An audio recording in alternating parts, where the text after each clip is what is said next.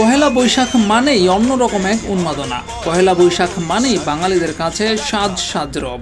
বাংলাদেশের মানুষ নতুন এই বছরকে বিভিন্ন রকমের অনুষ্ঠানের মাধ্যমে বরণ করে নিয়ে থাকে। এবারও হয়নি তার ব্যতিক্রম, তবে পাল্টেছে কিছু চিত্র। আওয়ামী লীগ সরকার এবং শেখ হাসিনার পতনের পর প্রথমবারের মতো নববর্ষ উদযাপন হতে যাচ্ছে বাংলাদেশের মাটিতে। নতুন স্বাধীন বাংলাদেশে উদযাপিত এই নববর্ষে তাই রয়েছে নতুনত্ব। পাল্টে গেছে অনেক কিছুই। স্থান পেয়েছে স্বৈরাচারের দোসর শেখ হাসিনার বীভৎস প্রতিকৃতি, স্থান পেয়েছে জুলাই অভ্যুত্থানের অনেক গ্রাফিতি। আগেই জানা গিয়েছিল এবারের পহেলা বৈশাখে মঙ্গল শোভাযাত্রার নাম পরিবর্তন করা হয়েছে। এবারের শোভাযাত্রার নাম হচ্ছে আনন্দ শোভাযাত্রা।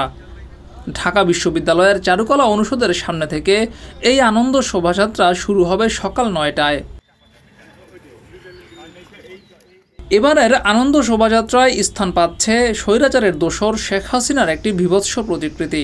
যদিও শেখ হাসিনাকে নিয়ে তৈরি করা প্রথম প্রতিকৃতিতে আগুন দিয়ে পুড়িয়ে দিয়েছিল দুষ্কৃতিকারীরা। এরপর দ্বিতীয় এই প্রতিকৃতি তৈরি করা হয়েছে।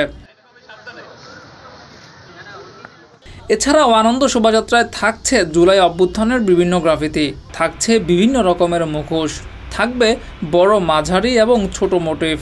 এর মধ্যে বড় মোটিভ থাকবে ৬টি। সবার সামনে থাকবে ফ্যাসিবাদের মুখাকৃতি। শোভাযাত্রায় বড় মোটিভের মধ্যে থাকবে কাঠের বাঘ, ইলিশ মাছ, ৩৬ জুলাই, শান্তির পায়রা, পালকি, জুলাই আন্দোলনে নিহত মুগ্ধের পানির বোতল। এছাড়া অন্যান্য মোটিফের মধ্যে থাকবে 10টি সুলতানি ও মুঘল আমলের মুখোশ, ৮০টি ফ্যাসিবাদের মুখাকৃতি, 20টি রঙিন চরকি, 200টি বাঘের মাথা, 8টি তালপাতার সেপাই, পল 10টি, 5টি তুহিন পাখি, 6টি মাছের চাই, 4টি পাখা, 20টি মাথাল, 20টি ঘোড়া, 5টি লাঙল, 5টি মাছের ডোলা এবং লুকোজ চিত্রাবলীর ক্যানভাস 100 ফুট থাকবে।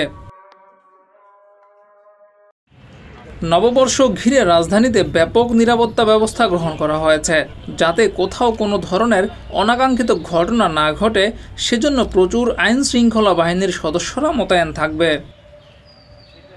ডেস্ক রিপোর্ট, যুগের চিন্তা।